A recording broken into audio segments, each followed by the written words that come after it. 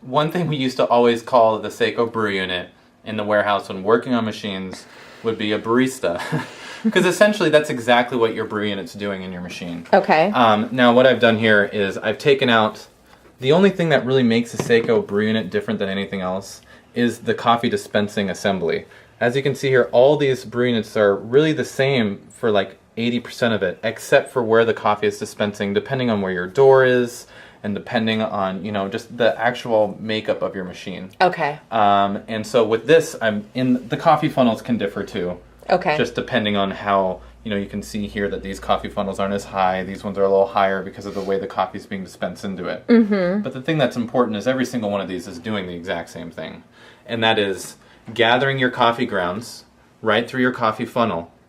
And right now, your brew unit is essentially in home position. Okay. But once your machine tells your brew unit to compact the coffee, a little motor is going to engage with this gear right here and move it into what we call work position. So right now I'm doing that by hand. I'm doing what the motor would be doing with the brew unit in your machine. Can you be like, oh... Yeah, it doesn't sound like that, Cat. It sounds like the $1 Million Man. So that's supposed to be holding 8 grams of coffee right there. Okay. And so when this is moving it up, you can see what it's doing right now is that bottom surface is just going into what would be this. And that's tamping your coffee right there. That's where the tamp is actually happening. And I guess that's why we would always call it the Saeco barista, because it was doing the tamp. It was gathering the grounds. It was tamping it for you. Yeah. So it's kind of doing. So I guess I thought that little dude went down, like lowered, but really it's the opposite. Exactly. That wheel is like bringing that up to meet this, and Exactly. that's just stationary, right? Exactly. Okay. So right now this is the position your brew unit would be in when it's circulating water and pulling your shot. Essentially, it's in what we would call work position. Your brew unit should always be in one of two positions, home or work. Okay. And then you can see we have this little swiper dude here, and when it goes back into home from work, it will swipe the bottom of that screen right there. That moment right there, it's swiping the excess grounds right off of there, and then pushing your puck right off that and into your drop box. Nice. So it's kind of it's when it goes back to home, it's doing a lot of things. I'm going to go right back into work, and you can see it's coming down, scraping the bottom of that puck, and now it's back into home. Cool.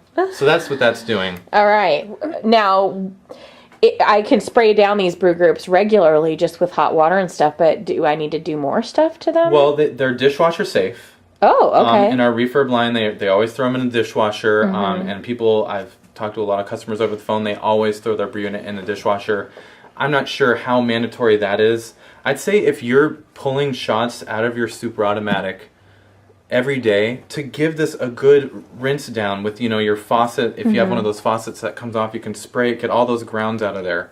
Because essentially what can happen... Like weekly or daily or... If you're pulling a few shots out of your machine, you can never overdo that. Yeah. You really can't. Just do it all the time. Because what can happen is... If you ever get your machine just dropping grounds into your drop box, that can be a sign that your coffee grounds are too coarse. It's most likely it's that sign, because this goes to compact it. Yeah. And then your brew unit motor's like, hey, this is way too hard to do. I am not doing this. So basically, just drop it. You start your shot, you hear it grinding, you hear everything, and then instead of making coffee, it just kicks the puck out. Exactly. Okay. And it won't even be a puck. You'll look in your box, and it'll just be a pile of dry grounds. Oh, okay. It's not good for anyone, is it? But another reason why that can happen, if you see that happening and your course, your grind is exactly how it's always been. Yeah. What can be going on is your motor can be sensing too many grounds and resistance in your brew unit in all these areas when it's trying to go to work. And so that's what can be happening. It's your brew unit motor, if you will, is sensing way too much resistance with all the coffee grounds that have gotten all messed up, and just residual coffee grounds in your brew unit. Because the nature of this is coffee grounds will end up around it in areas where it shouldn't be. The coffee ground funnel tries to get them in there as much as they can, but they'll get all over the place. So it's really good to get in there and just get coffee grounds out of where they shouldn't be.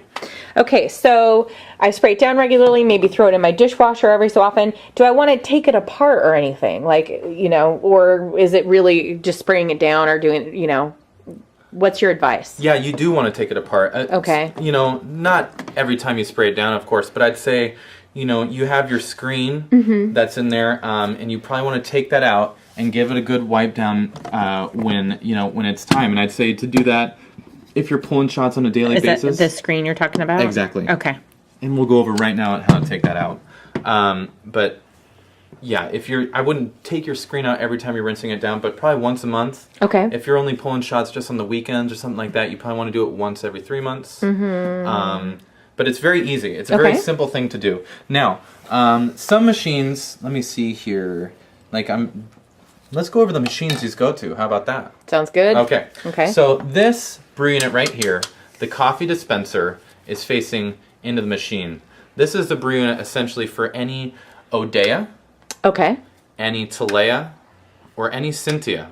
And the only thing that's making it that way is just this is facing in. And so how you position it in Exactly. Okay. Now this one, as you can see, is the exact same, except for it's facing towards the door, which is going to be for any Exprelia or any Excelsis. Okay. They're literally identical except for which direction that's facing. That little dispenser? Exactly. Okay. Exactly. So those are those two. Now we have two different Encanto brew units.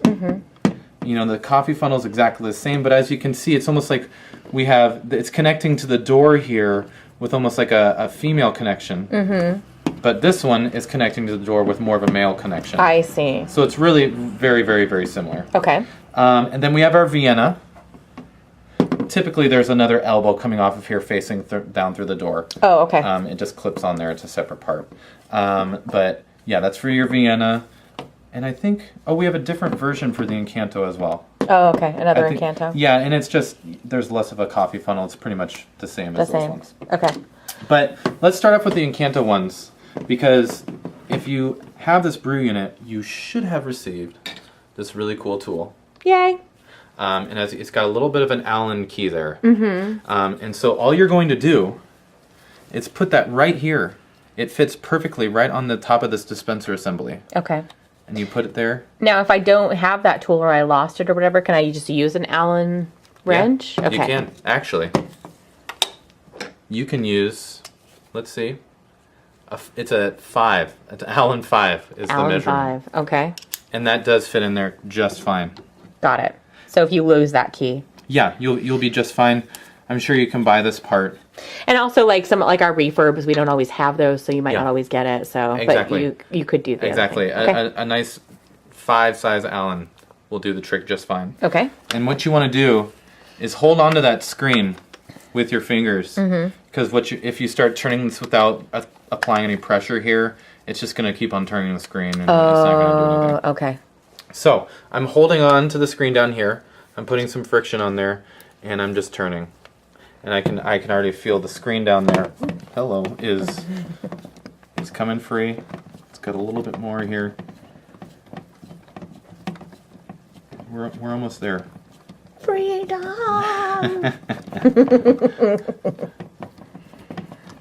Okay, it's free.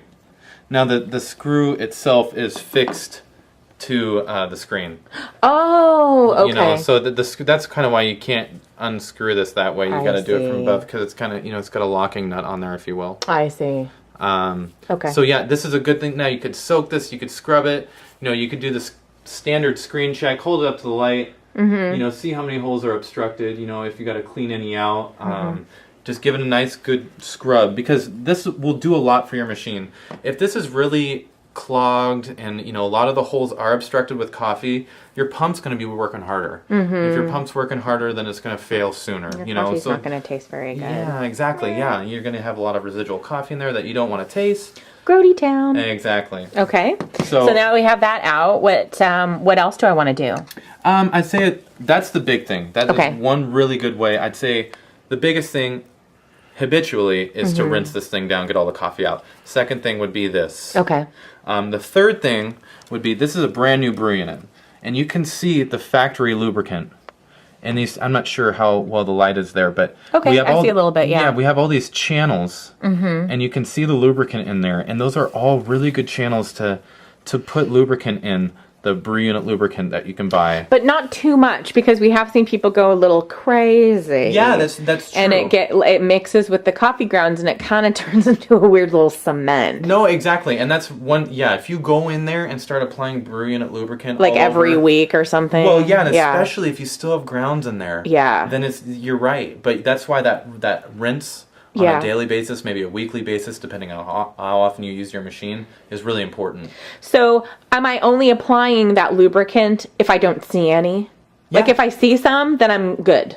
But if I don't, then I might want to do a little dude in there. Exactly. Okay. And I would, if you see coffee grounds in those channels to get your brew unit from home to work position, I would try your best to get that out, because it's going to end up being very counterproductive. Okay. Just like you were saying, that can be a problem if you're mixing grounds with the lubricant, and then your brew unit motor is going to end up working too tough, and like I said, it can start dropping dry grounds. Okay. And like I said, if you feel that your brew unit is dropping dry grounds when you never even changed your grinder setting, it's probably because it's having to work too hard. Your brew unit's like telling you, it's like, hey, something's going on here. SOS. Okay, so anything else I want to do? Or do you want to show me how to get at the screen at some of the other models? Or I think that's the best for those ones. Okay. I think that's the best way to keep your brew unit in tip-top shape. And am I going to occasionally, there's an O-ring, am I going to need to worry about replacing that every so often? Or? Yeah. The O-ring is very important, actually. I'm glad you brought that up, Kat. So here's the actual dispensing channel. Okay. I took it off of this machine. Or that group. Okay. Yep. Excuse me. Yeah. And here's the O-ring. This is a really good thing to remember to do, and you'd probably want to do this every time you rinse your screen out. If your screen's dirty, then this thing needs to get swapped. Oh, okay. So it's completely swapped or just cleaned? Well, yeah. Let me show you something. Okay. If you put this on there, which I just did, and you hold it straight at yourself right now, like I'm going to try to hold it straight at the camera, you should be able to see the orange color of the O-ring. Yeah. And if you don't, that means it's worn down. And a lot of times after you see a brew unit that's been used a lot, you'll hold it straight at yourself and you won't see the O-ring. That means it's really worn down and it's not making the seal that it should. Okay. And then with that part, when it goes to work position, this area right here is not making the seal that it should. Okay. So that's what's going on there. And that's a very good thing to keep fresh. You always want that. Okay. In really good condition. And like this is right where the screen goes. And here's that part that works with your tool. And then once that's screwed on, you have a complete assembled brew unit coffee dispenser. So is there any other trick to any of these other ones, or is it all kind of similar as far as how you remove the screen? It's very, very similar. Okay. Now the Odea, Talea, Excelsis Expellium one, they're very, very similar. But you do have to do a couple things. And you do have to take out these screws. Oh, okay. And then this whole thing will come out.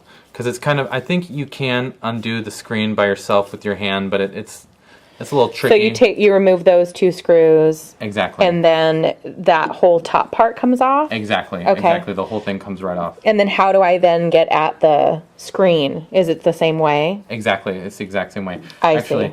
Let's see if I think we can actually, yeah.